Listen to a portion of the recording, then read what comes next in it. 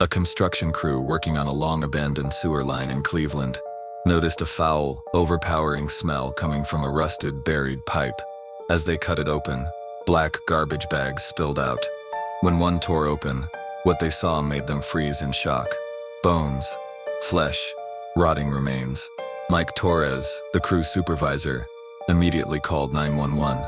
What he and his team discovered would unravel a mystery buried for over 3 decades. Before continuing, make sure to like and subscribe. Now here's what really happened next. Within minutes, the area was swarming with police. Crime scene tape went up. Hazmat teams arrived. The crew was escorted away, visibly shaken. When investigators carefully opened the rest of the bags, the contents told a chilling story. There were skeletal remains of 3 individuals, an adult male, an adult female, and a child, likely no older than 7 years old. All the bones were wrapped in thick plastic sheets, each with unusual cuts and drill-like markings that suggested deliberate mutilation.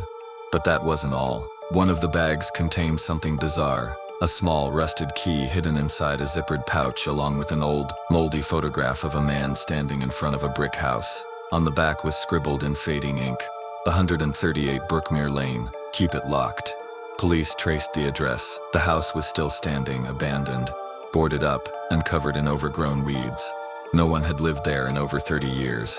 Neighbors remembered an older man who had lived alone, Edward Carver, a retired city sanitation worker who mysteriously disappeared in the early 90s. Investigators entered the house.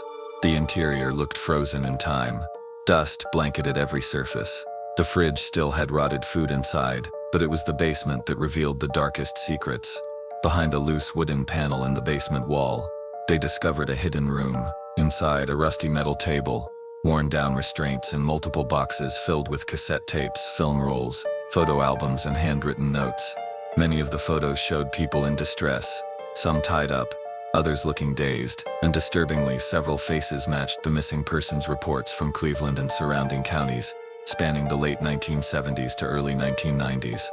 One note read, "Sewer level 3, second tunnel past West Drain. Buried well.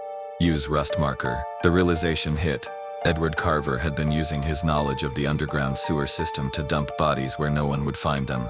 He had likely been committing murders for over a decade and using the sewers to hide the evidence. Forensic specialists matched the DNA from one of the remains to Emily Drayton, a woman reported missing in 1988. Another match came back as Mark Bellamy, last seen in 1983. The child's identity remains unknown, but a small pink plastic bracelet found near the bones suggested she was a girl between 6 and 8. The tapes were horrifying. On one, Carver is heard whispering, "No one will look under their feet. No one thinks to check the water." Another tape records the final moments of one of his victims, asking to go home, followed by silence. As the evidence grew, the picture became clear. Edward Carver was one of the most prolific serial killers in Ohio's history, hiding in plain sight. A quiet man, working for the city, using his job to scout remote sewer access points and dumping bodies in blocked or sealed lines, knowing the city wouldn't inspect them for years, even decades.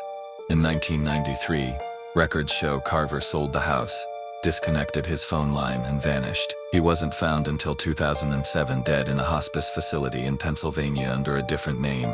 Authorities believe he changed his identity and lived his final years unnoticed. The city launched a full investigation into sewer tunnels previously marked closed or decommissioned. So far, they've found 6 more similar dump sites, all matching Carver's patterns. In total, they believe he may have murdered over 20 people. The original pipe where the bodies were found has now been removed and preserved for evidence. The house on Brookmere Lane has been demolished. Mike Torres, the construction supervisor who discovered it all, refused further interviews but gave one final statement. "Sometimes you go to work expecting a normal day, and instead, you uncover hell. I'll never forget that smell, that bag, that moment, ever." And here's the eerie part. Even after the investigation ended, neighbors near the dig site claim they still hear sounds coming from underground, faint voices, dripping and sometimes banging pipes late at night. Most say it's just old plumbing noises. Others aren't so sure. One thing is certain. For decades, a killer hid his crimes just beneath the surface. Under streets people walked every day without a single soul noticing. And it all came to light because of one broken pipe. If you like this mystery, make sure to like this video and subscribe this channel for more interesting stories.